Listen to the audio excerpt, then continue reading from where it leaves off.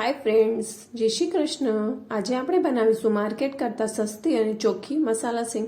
આ મસાલા સિંગનો ઉપયોગ તમે દાબેલી બનાવવા માટે, ભેળ બનાવવા માટે કે કોઈ ચાટ બનાવવા માટે કરી શકો છો। આપણે જ્યારે દાબેલી બનાવીએ ત્યારે આપણે બજારમાંથી મસાલા સિંગ લાવતા હોઈએ છીએ, પણ આટલી સરસ ચોખ્ખી અને સસ્તી મસાલા સિંગ જો ઘરે બની જતી હોય તો આપણે બહારથી શા માટે લાવવી જોઈએ? આ વિડીયો જોઈને એકવાર આ સિંગની રેસીપી જરૂરથી ટ્રાય કરજો।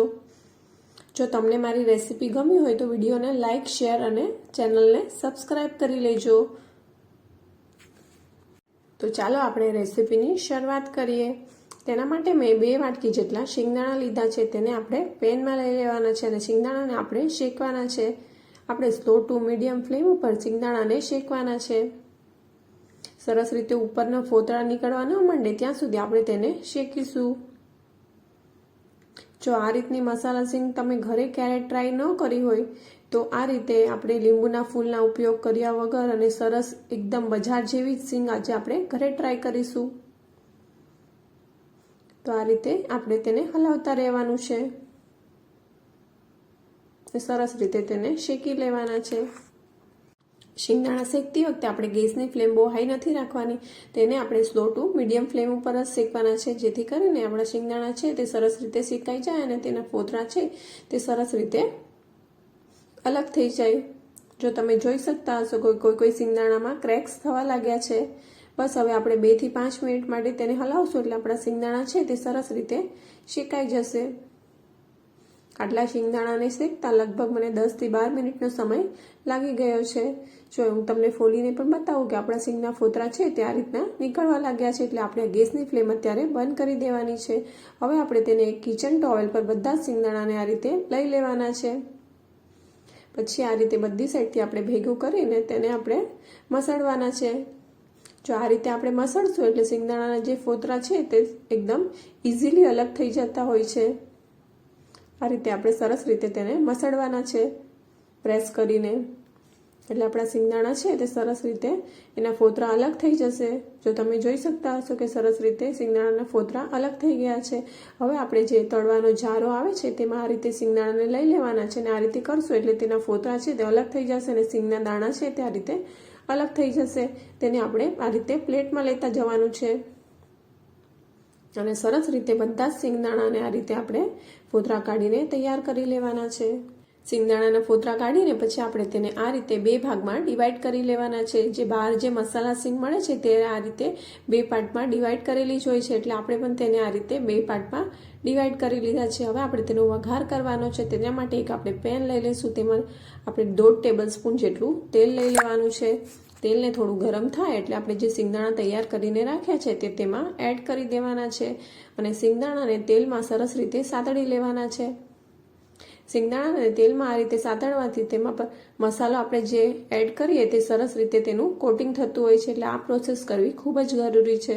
શિંગદાણા થોડા એવા ક્રિસ્પી થઈ જાય ત્યાં સુધી આપણે તેને સ્લો ટુ મીડિયમ ફ્લેમ ઉપર સાતળવાના છે। જો આપણે શિંગદાણાને આ રીતે સાતળ્યા વગર જ મસાલા એડ કરી દઈએ તો મસાલાનું જે કોટિંગ છે એ બરાબર થતું નથી, એટલે આપણે થોડા આ રીતે શિંગદાણાને સાતળીને લઈએ એટલે બજારમાં જે શિંગદાણા મળતા હોય છે, મસાલા સિંગ મળતી હોય છે, તેના પર જેવું સરસ મસાલાનું કોટિંગ હોય છે તેવું જ સરસ કોટિંગ આપણી સિંગ પર પણ થશે। સરસ રીતે સિંગ સરસ રીતે સતળાઈ ગઈ છે। બજાર જેવી મસાલા સિંગ બનાવવા માટે આ પ્રોસેસ કરવી ખૂબ જ જરૂરી છે। હવે આપણે તેમાં મસાલા કરવાના છે। મસાલામાં આપણે 1 ચમચી ચાટ મસાલો, 1 ચમચી આમચૂર પાવડર, અડધી ચમચી ગરમ મસાલો અને અડધી ચમચી સંચળ લીધું છે, તેને આપણે એડ કરી દઈશું।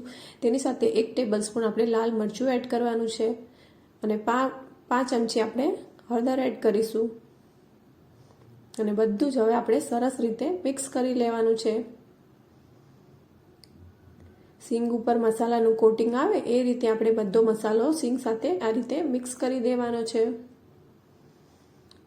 ગેસની ફ્લેમ અત્યારે મેં બંધ જ કરી દીધી છે, કેમ કે આપણી સિંગ છે તે સરસ રીતે આપણે તેલમાં સોટે કરીને લીધી હતી, એટલે ગેસની ફ્લેમ બંધ જ કરી દેવાની છે અને સરસ રીતે બધો જ મસાલો છે તે સિંગ સાથે આ રીતે કોટ થઈ જશે। માર્કેટ કરતાં સસ્તી અને ચોખ્ખી મસાલા સિંગ તૈયાર છે। જો તમે આ રીતની મસાલા સિંગ ક્યારેય ઘરે ટ્રાય ન કરી હોય તો એકવાર જરૂરથી ટ્રાય કરજો। બહુ જ સરસ ટેસ્ટી લાગતી હોય છે. બહારની જે આપણે મસાલા સિંગ લાવીએ તેમાં લીંબુના ફૂલનો ઉપયોગ થતો હોય છે અને બહુ જ તીખી હોતી હોય છે, પણ આ બાળકોને છે ત્યાં સિંગ બહુ જ ભાવે છે. તો તમારી રીતે તમે મરચાંનું પ્રમાણ ઓછું કે વધારે કરીને તમે આ સિંગ ઘરે જ બનાવી શકો છો. તો બહારથી શા માટે લાવવી જોઈએ? તો મારા કહેવાથી આ મસાલા સિંગ એકવાર ઘરે જરૂરથી ટ્રાય કરજો. આ મસાલા સિંગનો ઉપયોગ તમે દાબેલી બનાવવા માટે, ભેળ બનાવવા માટે કે પછી કોઈ ચાટ બનાવવા માટે કરી શકો છો. આપણે તેનું આ રીતે સર્વિંગ કરી લેવાનું છે. આ મસાલા સિંગને તમે એરટાઇટ બરણીમાં ભરીને મહિના સુધી સ્ટોર પણ કરી શકો છો અને જ્યારે યુઝ કરવો હોય ત્યારે યુઝ પણ કરી શકો છો. જો તમને આ મસાલા સિંગની રેસીપી ગમી હોય તો વિડીયોને લાઇક કરી દેજો અને ચેનલ પર નવા હોય તો ચેનલને સબસ્ક્રાઇબ કરી લેજો. આવા નવા વિડીયો જોવા માટે બાજુમાં આપેલા બેલ આઇકોનને પ્રેસ કરી લેજો, જેથી કરીને નવી રેસીપીના નોટિફિકેશન તમારી પાસે સૌથી પહેલાં પહોંચે. અને એકવાર આ મસાલા સિંગ ઘરે જરૂરથી ટ્રાય કરજો. આ મસાલા સિંગની રેસીપીને તમારા ફ્રેન્ડ્સ અને ફેમિલીમાં શેર પણ કરજો. તો ફરી મળીશું નવા વિડીયો સાથે નવી રેસીપીમાં. Thanks for watching.